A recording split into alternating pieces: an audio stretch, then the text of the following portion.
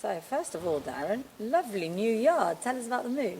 Yeah, we've moved recently there. It's a bit of a transition period for the horses there. You know, they've taken a little bit of time this year as well, so it's all slotted in nicely. The facilities here are second to none, as you can see yourself walking around here, and there's a lot of time and effort and a lot of thought gone into everything that's here, and we believe we have the perfect yard because of it. Like. And your horses seem really settled and relaxed here. I've never actually seen a yard of horses settle in so well. Like they're just like a bunch of lads gone on holidays. Like they're throwing the bags in, and they're just, you know, they've really picked up mentally, physically. They've changed horses for it. Like. And you've got 30 boxes at the moment. That's a nice manageable number. Yeah, we'd never really look for more than that anyway. You know, when you've up to 30 horses, you know every hair on them, and that's the way I like to do things. Like it. You know, you get the larger numbers, they become numbers, and that's it. But for what we have here, we know every little detail about them at all times. Tell us about this association with Sultan, because he's got a lovely pair with you. Yeah, he's a great man. We met him when I was in Dubai. We'd hit the bid, and met him again a couple of times at the sales in Newmarket, and thankfully he sent me very thankful for him sending me two real nice 2-year-olds.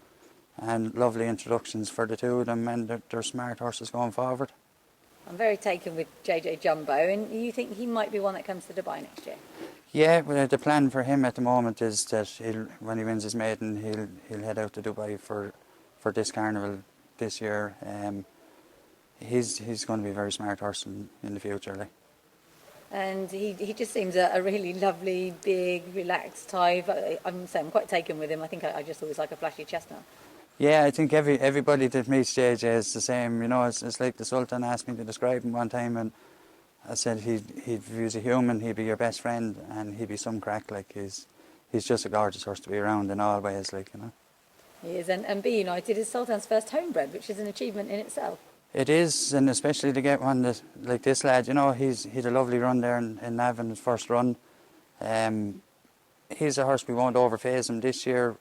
He's a 5-6 furlong horse in the making.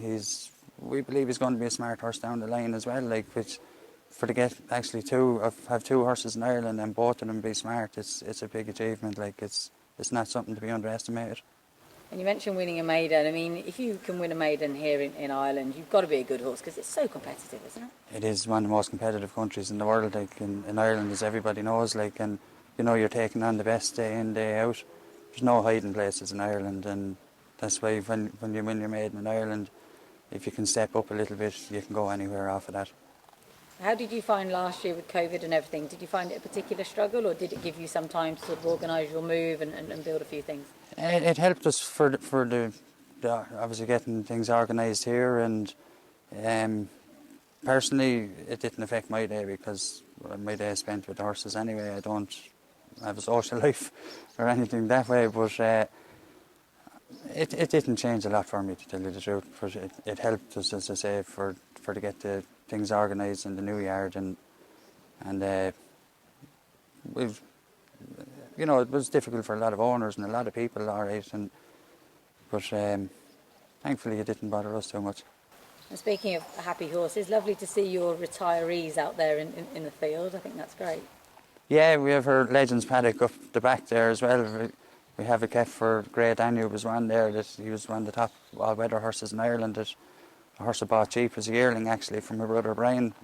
I gave 3,000 for him in Tarsals, and he was one of the top all-weather rated horses in Ireland for a couple of years or more, and he was one of the winning most up there as well. He won 8 for his overall, and he has his buddy up there now, Sky Captain as well, which is, they're like an old married couple going around the place. You don't see one without the other usually, like, so. It's great to see them that they've given us some great days, and it's so important that now we give them their great days too. Like. And you've got quite a strict policy when it comes to rehoming horses. Ones that you send out for rehoming, you do regular checks on them. I do, yes. The one thing we have to have is every month at least we have to have at least one or two recent up photos of that you can see that the horses are in perfect condition and perfect looked after, and it's a simple case of if they don't arrive, the horses return. Like, it's so important that they're happy in what they do in their second career, and that they're well looked after, and it's a very important part of it for us early. It's rolled right over to the fence, hit the bid, but it is clear over Dutch Masterpiece, trying to finish on. Hit the bid, does it well clear of Dutch Masterpiece, and hit the bid, punch right out, wins it easily. Hit the bid by 2 over Dutch Masterpiece. Darren, this is the wonderful Hit the Bid, a carnival winner, of course, and he's officially retired now. He is. He's been a great servant for us. He's given us some great days, both in Ireland and in Dubai as well. And he's going for a place that's stood now. Hopefully for next breeding season, and we're looking forward to seeing some of his offspring and hopefully having some of them to train along the way. He's a very fast horse, a very good-looking horse. What sort of attributes do you think he'd bring to breeders? He's as big a heart as I've ever seen in a horse, for his determination for racing. He's a horse that would never let you down. Any days he ever got beaten that he didn't win, it was never his fault. It's one thing, he's an absolute. If every horse had his attitude to racing, it'd be an easy game. But you know, he's a huge amount of speed. He covers a lot of ground. He doesn't slow down off it. You know, if you look back through some of his races there, most horses are struggling after a furlong and a half. Like, he used to kill them with his early speed. Like. But as I say, he's the size. He's a lovely pedigree behind him.